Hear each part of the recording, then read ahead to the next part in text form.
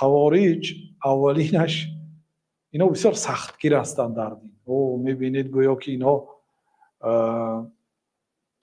بسیار غمخوار دین و پایبند دین باشند. حتی یکی آنها، سرداران آنها آمده از گریبان پیغمبر صلی الله علیه وسلم آمده گرفت.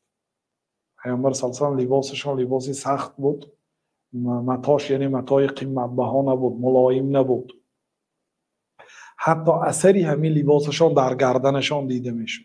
آمده گرفت، گفت که یا محمد اعدل فانک لم تعدل. ای محمد عدالت کن که تو عدالت نکردی. سبحان الله. و من یعویحک و من یعدل اذا لم اعدل. وی بر حالت اگر من عدالت نکنم دیگر کی عدالت میکند در این دنیا؟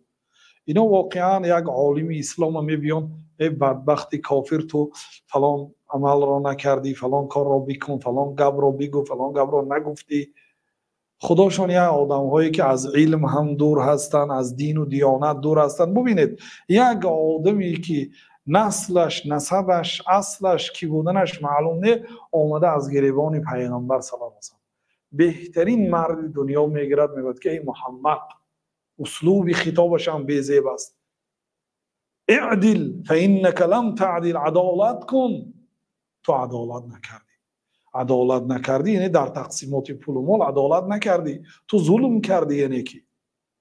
بعد گفتن که وای بر حال تو، کی عدالت میکنه؟ اگر من عدالت نکنم دیگر کی عدالت میکند؟ عادل ترین خلق الله تعالی این جناب رسول الله صلی الله علیه وسلم هستند. حضرت عمر در حال شمشیرشون گرفتن، گفتن یا رسول الله اجازه سرش زنم. گفتن که نه.